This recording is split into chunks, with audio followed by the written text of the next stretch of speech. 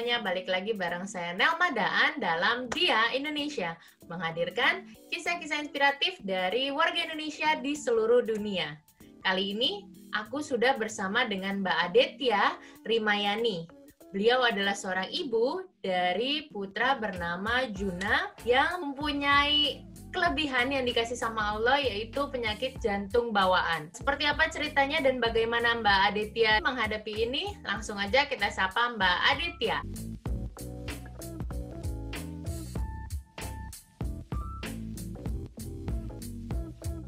Halo Mbak, Assalamualaikum.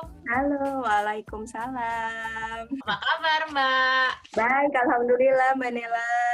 Mbak Nela apa kabar? Baik, Alhamdulillah. Terima kasih ya Mbak udah mau sharing sama aku dan teman-teman di sini. Nggak apa-apa kalau misalnya intinya untuk sharing dan jadi manfaat, aku more than welcome. Terima kasih, insya Allah ini bisa jadi manfaat buat aku dan teman-teman. Mbak, boleh kasih tahu Mbak sekarang posisinya ada di mana Mbak? Aku posisinya di Spalding di UK, Lincolnshire, tepatnya daerah Lincolnshire, agak sedikit jauh ya. Kalau misalnya ini mungkin suburb gitu.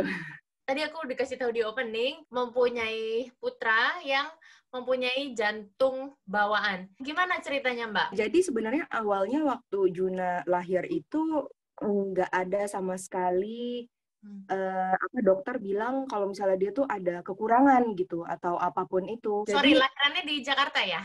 lahirannya di Jakarta, yes, iya, karena pada saat itu aku masih ikut suami, itu tahun 2014, dia lahir tanggal 28 Oktober. Pada saat dia lahir, segala macam dicek semua normal, apapun itu normal. Untuk aku hamil juga, semuanya dicek normal, sampai aku ke dokter di Jakarta, di daerah Menteng situ, yang katanya bagus banget, yang the best buat 4D juga, aku jabanin, itu tetap dibilangnya oke, bagus, normal. Juna memang lahir agak sedikit kecil, dia 2,6 kilogram.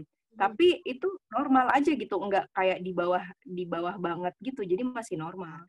Abis itu pulang semuanya normal, apapun normal ya biasa anak bayi nangis. Cuman pada saat dia makin harus tumbuh, jadi pas dia mau 4 bulan, seingat aku ketemu sama mertuaku, dia mikir gitu. Aku mikir kok di sini ada tanda biru gitu di hidung, terus kayaknya Juna tuh kalau bergerak tuh kayak agak kecapean gitu, kukunya juga suka biru-biru. Ini nggak apa-apa nih, biasa aja gitu.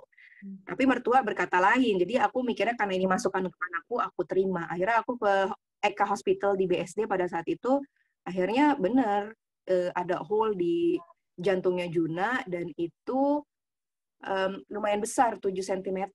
Jantung bawaan itu tuh yang bisa numbuh dengan sendirinya kan, dokter bilang. Tapi kalau misalnya Juna, ya mau nggak mau, kita harus syukurin aja ya kalau kayak begitu.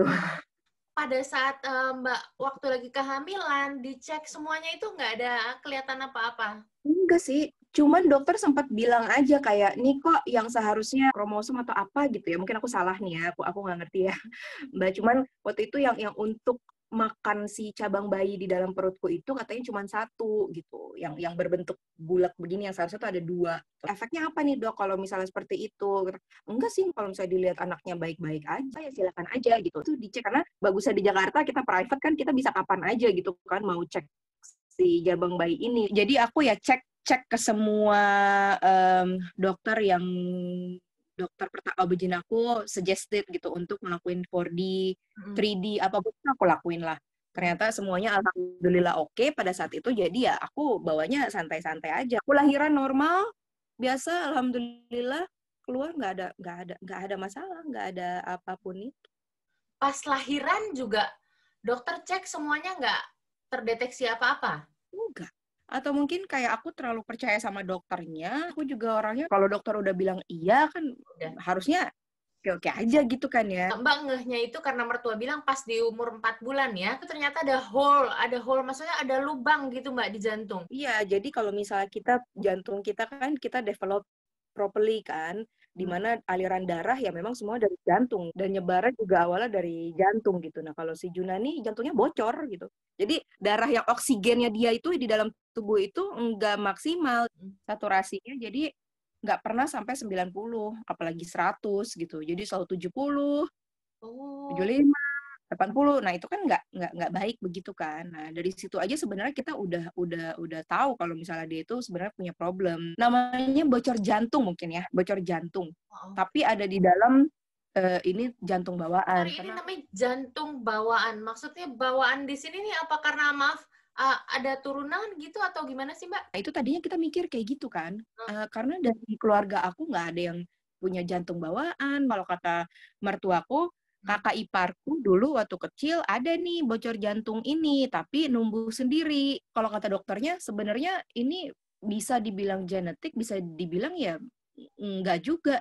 Memang udah bawaan si anak ini aja gitu. Jadi jantung bawaan itu tuh bukan karena bawaan dari siapa, ya memang bawaan dari anak ini aja gitu. Memang bawaan si bayi ini sendiri gitu. Memang dia lahir memang udah dikasihnya seperti itu. Setelah dikasih tahu seperti itu, kemudian apa tindakan yang dokter sarankan untuk lakukan? Saranin waktu itu kateter dulu, operasi kecil. Jadi untuk nutupin si lubang ini dulu lah, untuk menunggu operasi besar. Karena waktu itu ternyata tuh memang di Jakarta nih banyak banget anak yang punya problem ini gitu. Dan memang ngantrinya mau pakai cara normal ataupun mau pakai cara pemerintah, which is BPJS, itu sama antrinya gitu. Oh, ya? Dengan dokter yang sama. Ya aku juga di situ akhirnya aku memahami kan, kayak harus ke Penang aja nih, apa harus ke Singapura aja nih, atau mungkin harus ke UK aja nih. Dokternya bilang ya kalau misalnya memang ibu punya pilihan seperti itu dan ibu memilih seperti itu sebenarnya nggak masalah. Ini kan yang terbaik untuk anak ibu kan. Tapi nggak tahu kenapa aku pada saat itu mikirnya gimana sih gitu yang terbaik buat Juna. Karena aku nggak mau cuman kateter aja kan. Abis kateter terus ini anak harus operasi lagi dan nunggu sampai berapa lama lagi. Kayaknya nggak fair aja gitu. Karena pada saat itu aku sama suami pun juga nggak bisa ngobrol. Karena kan kita udah saking paniknya kan. Ini kan pengennya yang terbaik buat anak. Kalau misalnya goes wrong, ini salah-salahan juga. Jadi aku mikirnya, oh ya kalau misalnya memang harus kateter, ya kateter nggak apa-apa. Cuman caranya aja kita mau pakai cara yang mana nih. Akhirnya aku minta saran sama dokter yang terbaik di situ. Kebetulan aku waktu itu di Harapan Kita. Jadi aku ketemu sama dokter Poppy pada saat itu. She was just incredibly good and then she was so nice. Subhanallah kalau memang dia bisa lihat ini YouTube, itu orang surga. Tapi dia itu benar-benar dokter yang pertama kali suggest aku cuman bilang, oh, Juna ini problemnya sebenarnya besar, tapi Juna bisa cope.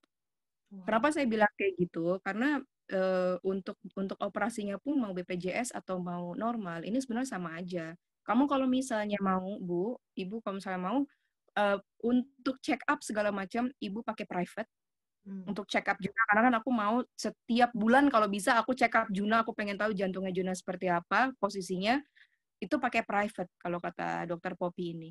Tapi untuk operasinya antri dari sekarang BPJS. Akhirnya aku pikir oh kalau dokter Poppy sudah suggest seperti itu, kayaknya aku lebih tenang kayak oke, kita coba aja jalan BPJS juga. Toh juga kan sekarang masih antri. Yang paling urgent itu yang didulukan. Dokter kan tahu mana yang paling super urgent untuk ini kan. Jadi aku cuma pada saat itu belajar untuk ikhlas aja kayak oh ya udah kalau misalnya memang waktunya Juna sama aku masih panjang, masih ada dari Allah ya Allah pasti bantu, toh juga ini semua yang menggerakkan itu Allah gitu. Jadi aku mikirnya oh ya udah bantu aja dulu gimana sih proses BPJS. Aku mengikuti tuh sampai dari aku ngantri sendal di puskesmas, ada banyak tahap, ternyata itu juga aku belajar banget. Jadi prosesnya memang panjang juga ya Mbak ya untuk itu ya.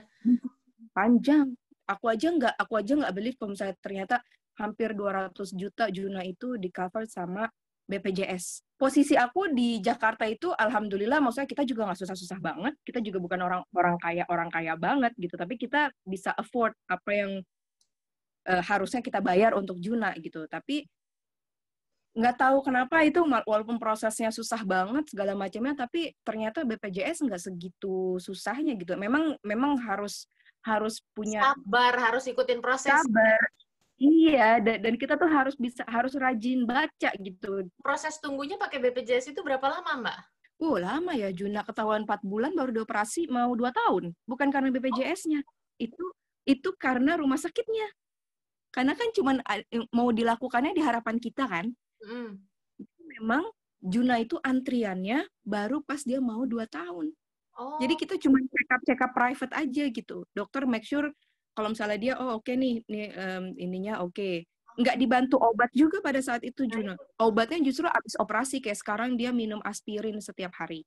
Karena untuk melancarkan darahnya dia kan, karena kan sudah ada Contegra di dalam jantung itu. Efeknya apa ke Juna? Kelihatan dia yang tadinya Ya, bibirnya biru enggak lagi? iya, akhirnya bibirnya pink. Terus apa namanya kulitnya pelan-pelan jadi warna pink, putih. Kukunya juga jadinya pink, Masya Allah. Bisa dibilang pertumbuhannya mungkin Pertumbuhannya juga. udah Iya, seperti anak pertumbuhannya juga. seusianya gitu ya? Iya, Seperti, nah itu dia sama Juna. Segitu beratnya yang dokter bilang dia ada di dalam problemnya itu, tapi pertumbuhannya sama sekali nggak ini terhambat. gitu. Cuman kalau misalnya nyusu, iya terhambat. Cuman kalau misalnya dia nyusu, kadang kalau kebanyakan dia suka muntah gitu. Cuman kata mertuaku, ya dulu biasalah kalau misalnya anak-anak kayak begitu, ada juga yang anak laki tuh kalau minum kebanyakan susu muntah gitu. Sama dia jalannya aja agak telat gitu. 1 tahun 3 bulan atau 1 tahun 4 bulan gitu. Cuman other than that, bicaranya bagus, semuanya bagus. Makanya nggak ada yang mikir, orang dokter bilang kalau ini sebenarnya yang paru-parunya ini nih yang nggak bisa ngebantu si jantungnya circulate darah lagi. Ini kan sebenarnya yang bikin jadi tambah parah. Juna nih memang fighter kali dia. Alhamdulillah ya Allah. Alhamdulillah ya. Juna umurnya berarti udah berapa tahun, Mbak? Udah 6 tahun ya? Sekarang 6 tahun ya. Sekarang 6 tahun. Kondisinya gimana, Mbak? Alhamdulillah day by day dia oke. Udah gitu kemarin pas pindah ke sini juga kan sempat dibantu kateter lagi kan, karena di check up lagi di sini kan, di general check up lagi, terus sempat di kateter di Great Ormond Street Hospital di London. Cuma ditambahin balon sedikit aja, tapi dokter di Great Ormond sendiri bilang whatever they did in Jakarta, the doctor was very good indeed. Aku juga sebagai orang Indonesia juga alhamdulillah ya bangga lah, ternyata dokter di Indonesia yang kita mikirnya kayak kita harus ke Penang, kita harus ke Singapura, segala macamnya gitu ya. Mungkin di sana juga baik, bagus gitu. Ternyata pas aku coba, untuk orang seperti aku yang aku sudah lama banget tinggal di luar negeri dan aku percaya sama dokter Indonesia, orang juga banyaknya kaget ya, kok lu bisa sih, Det, kayak percayain dokter Indo buat anak lo gitu. Tapi nggak tahu kenapa aku percaya sama si dokter ini dan mereka did a good job and I was very thankful for that. Sampai dokter sini pun di Great Ormond Street Hospital itu dia sampai amazed gitu. Dokter sini bilang, but they did a fantastic job. Jadi aku untuk ini juga karena ini anak pertamaku, aku mau thank you juga gitu kalau memang ada dokter Poppy yang bisa lihat ini. Terima kasih banyak gitu. Arjuna sehat di Inggris, alhamdulillah. Dokter bilang nanti ini akan ada operasi lanjutan nggak? Yes. Jadi pada saat nanti dia teenager, karena kan sekarang dia sudah ada bantuan di jantungnya kan, namanya Contegra untuk tutup si bocor jantungnya itu. Nanti pada saat umurnya mau teenager mungkin, jadi akan diganti si Contegra itu dengan Contegra yang lebih besar size. Dokter selalu bilang jangan larang dia untuk ngelakuin apapun yang dia mau lakuin, karena dia ini bukan sakit jantung.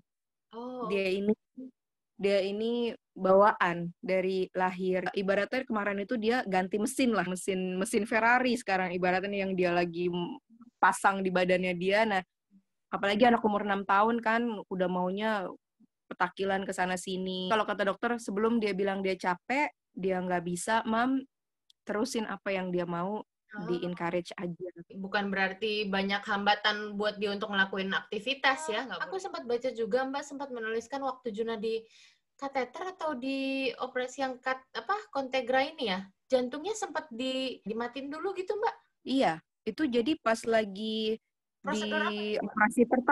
Di operasi pertama. Jadi kan in order buat dokter itu operasi ya pasti jantungnya diemin dulu dong, dimatikan dulu. Aku nggak ngerti bahasa kedokterannya apa ya, mungkin aku salah, tapi ya pasti dimatikan dulu in order buat mereka bisa perform operasi itu.